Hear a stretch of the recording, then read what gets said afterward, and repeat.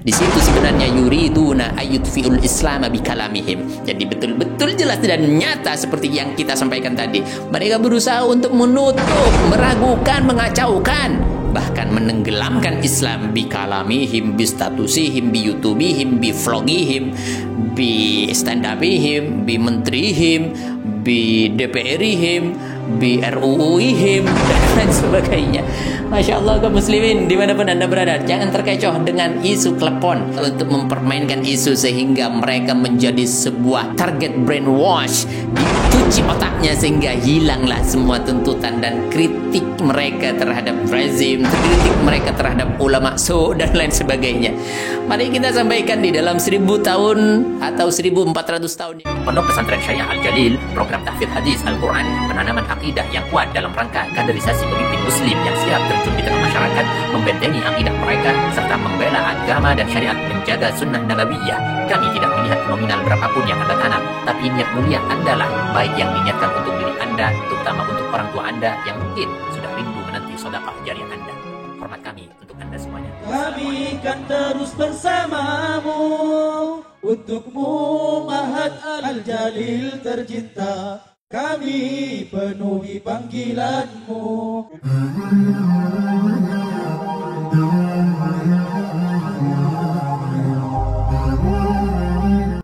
Assalamualaikum warahmatullahi wabarakatuh, sahabat kaum muslimin dimanapun anda berada. Pada kesempatan ini saya akan berbicara tentang adanya klepon cetot kata orang Madura.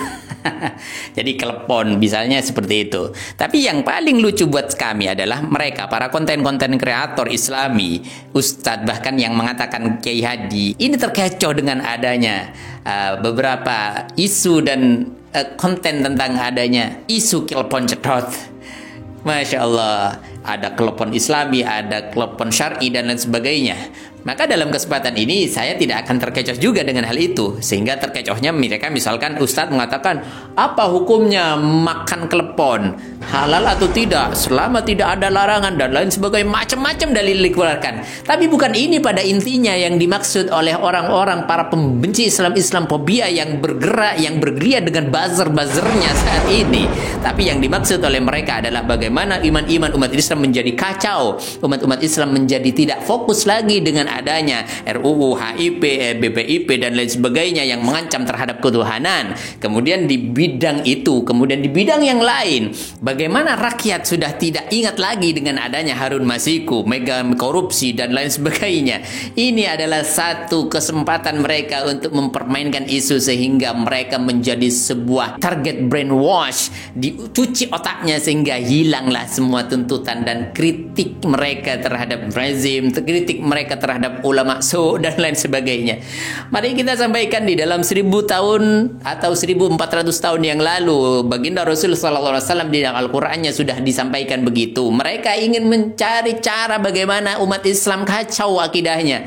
Mereka mengolok-olok Islam, bersenda gurau dengan Islam, tapi ketika mereka dipersekusi, misalkan salah satu contoh penista yang dilakukan oleh G. Pamungkas pada waktu itu dengan leluconnya, dengan stand up komedinya, mengatakan bahwa Allah kalau tidak sayang, Allah sayang kepada para hambanya, makanya dikasih cobaan karena Allah cinta.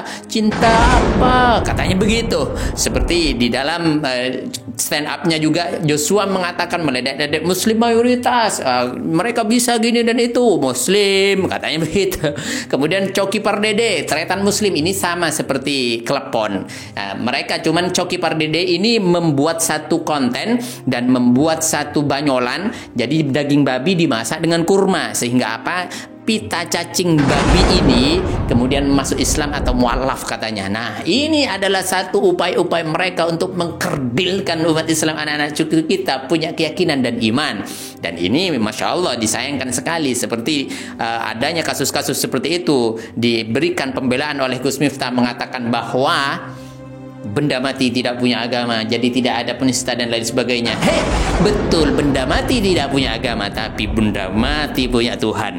Bagaimana lillahi ma fis samawati wal ard, bumi langit dan isinya ini adalah ciptaan Allah. Artinya apa? Tuhan bumi langit isinya adalah Allah Subhanahu wa taala. Hati-hati di dalam berbicara soal akidah dan agama. Maka di dalam kesempatan ini saya akan menyampaikan dan mengorek kembali adanya teguran dari Allah Subhanahu wa taala kepada orang yang yang bermain-main di sini. Baik, saya langsung bacakan tafsirnya pagi ini. Wala in sa'altahum la yaqulunna inna kunna nakhudu wa nal'ab. Ketika ditanya mereka, ketika ditegur mereka, saya cuma bermain-main, saya cuma bercanda, saya bersenda gurau, saya hanya berlucu-lucuan, tidak ada hubungannya dengan hukum, tidak melanggar hukum undang-undang negara, berlucu-lucu semacam ini, katanya begitu. Tapi apa kata Allah? Kasihan sekali. Maka abillah wa ayatihi wa rusulihi kuntum tastahzi'un. Ini divonis sebagai mustahzi'in, sebagai orang yang meremehkan dan menistakan agama oleh Allah.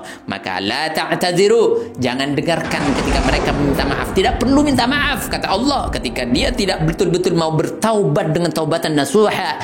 Qad kafartum ba'da imanikum, kalian telah kafir setelah kalian tahu, setelah kalian iman kepada Allah dan Rasulnya. Masya Allah, innalillahi wa inna ilaihi raji'un. Baik, saudara kaum muslimin dimanapun Anda berada, pada kesempatan ini juga saya akan menyampaikan satu berita di dalam Al-Quran, di dalam tafsir At-Tabari, bahwa liyutfi'u nurallah, dalam tafsir tersebut disampaikan di sana di dalam mufassirnya, annahum yuhawiluna bitakdzibihim bidinillahi alladzi bata'atha bihi Rasulullah sallallahu alaihi wasallam wa saddihimun nas anhu bi alsinatihim. Mereka betul-betul berupaya untuk menghalang-halangi dengan kebohongan mereka, untuk menghalang-halangi dari jalan Allah dengan agama Allah yang mana sudah dibahas di sana, yang mana sudah diutus di dalamnya Rasulullah sallallahu alaihi wasallam. Wasaddihimun nas anhu bi alsanitihim. Mereka telah memberikan keraguan kepada manusia bi alsinatihim, bi statusihim, bi stand upihim, bi youtubihim, bi vlogihim, dan bi menteri-menterihim.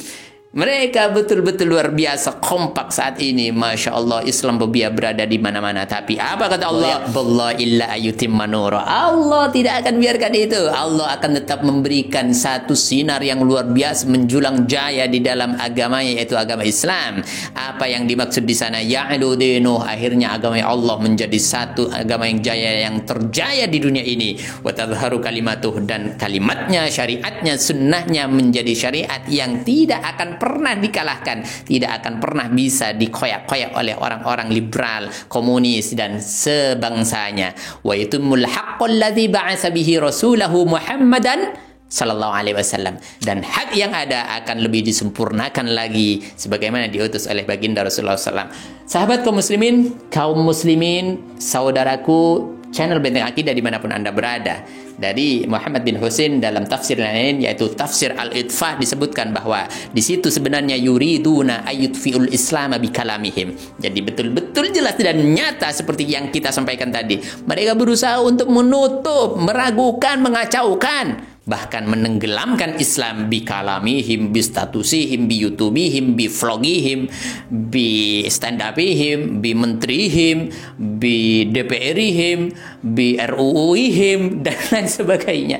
Masya Allah kaum muslimin dimanapun Anda berada, jangan terkecoh dengan isu klepon. Ini adalah upaya mereka untuk membuat Anda kembali lagi lupa dengan adanya niat inti hakikat yang dituntut Anda, yaitu tegaknya Islam, yaitu tegaknya keadilan di negeri kita tercinta. Demikian, semoga bermanfaat dan semoga ini bisa memberikan satu petunjuk dan penerangan terhadap teman-teman, saudara dan semuanya. Maka share, jangan lupa seluas-luasnya, satu orang share 10 orang, satu orang share ke 10 grup dan semuanya, sehingga mereka semakin tercerahkan dengan adanya apa yang kita sampaikan hari ini. Semoga bermanfaat. Jazakumullah khairan. Assalamualaikum warahmatullahi wabarakatuh.